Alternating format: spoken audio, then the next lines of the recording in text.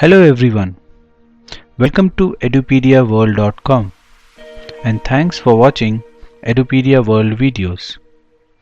This is Vikas Patil. This is the fourth session of the chapter Structure of the Interior of Earth. In this session, we are going to learn about Earth's magnetism. In this session, we are going to try and achieve the following objectives. Develop understanding about the Earth's magnetism with the help of Dynamo theory. Reproduce the theory which explains magnetism of the Earth. Extend this theory to explain magnetism of any other planet. Before we begin our exploration about Earth's magnetism, let us look at some of the common misconceptions that exist regarding the Earth's magnetism. The first misconception is that the Earth's magnetism is created by a large magnetic ball inside the Earth. Second is that the material of our outer core is spinning in tandem with the Earth's rotation. Third, the magnetic North Pole is towards north of the Earth. Fourth, the Earth has only one North Pole. All these are misconceptions. Let us look at the facts. In ancient times, people used to find direction with the help of position of sun and other stars in the sky.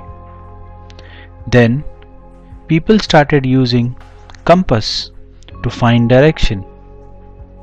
Every compass is comprised of magnetized points which align themselves with the poles of the Earth.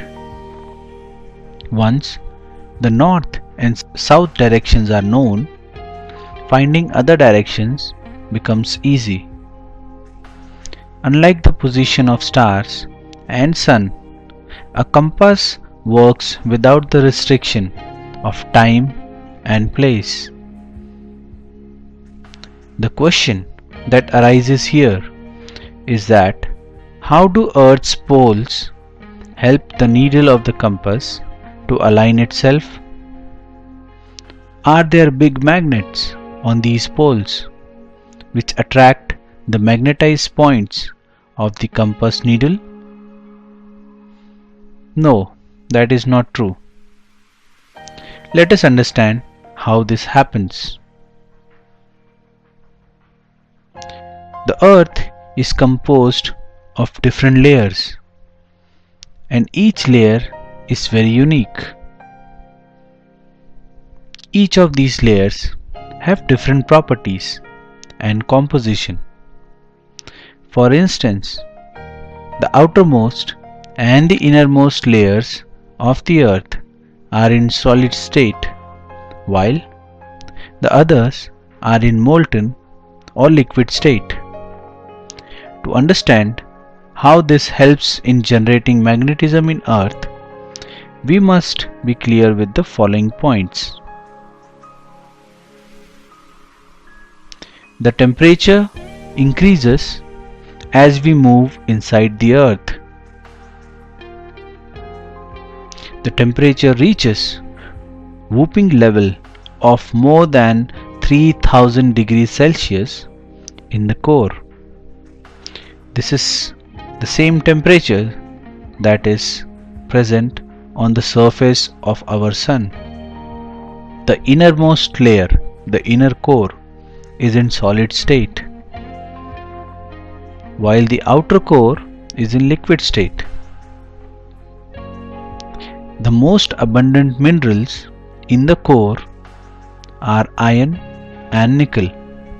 Since the temperature increases with depth inside the Earth, It is understood since the temperature increases with depth inside the Earth, it is understood that the lower mantle is hotter than the upper mantle. This temperature difference gives rise to formation of convectional currents in the mantle. The same is the story with the outer core as well, since it is also in liquid state with varying temperatures. Keeping these points in mind, we can understand how magnetism is generated in Earth.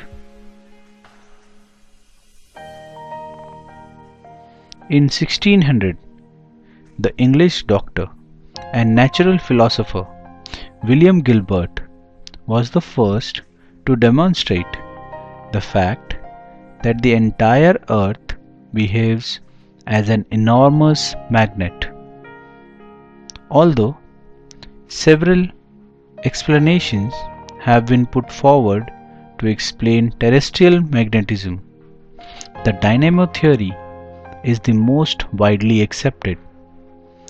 This theory suggests that convectional currents consisting of positively charged ions of iron and nickel and free electrons within the liquid core behave like the individual wires in a dynamo, which, aided by the Earth's rotation, set up a gigantic magnetic field around the Earth.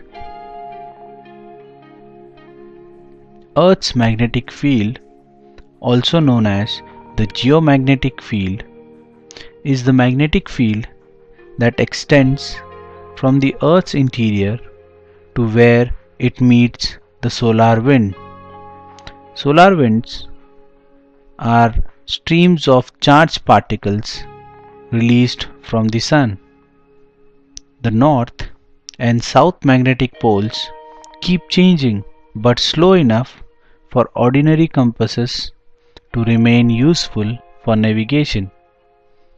However, at irregular intervals, averaging several 100,000 years, the Earth's magnetic field reverses and the north and the south magnetic poles relatively switch places.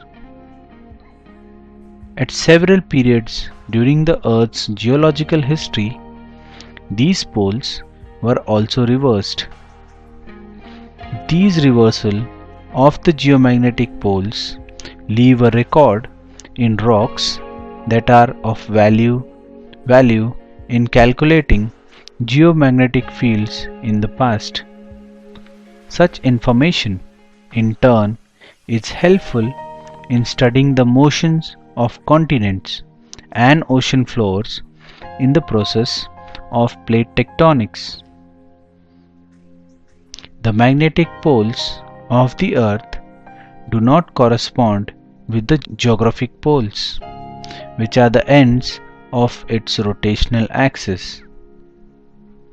The North Magnetic Pole is presently located in the Canadian Northwest Territories, almost 1090 kilometers south of the geographic North Pole. The South Magnetic Pole is presently situated at the edge of the Antarctic continent. It is postulated that the solid inner core rotates more slowly than the outer core, thus accounting for the changing polarity of the Earth's magnetic field. Earth's magnetic field serves to deflect most of the solar wind, whose charged particles would otherwise strip away the ozone layer that protects the Earth from harmful ultraviolet radiations. Calculations of the loss of carbon dioxide from the atmosphere of our neighboring planet Mars, resulting from scavenging of ions by the solar wind, indicate that the dissipation of the magnetic field of Mars caused a near total loss of its atmosphere. Near the poles, we see the effect of these solar winds interacting with the atmosphere in the form of beautiful bands of auroras or northern lights. This was all for this session. In the next session, we will begin the next chapter.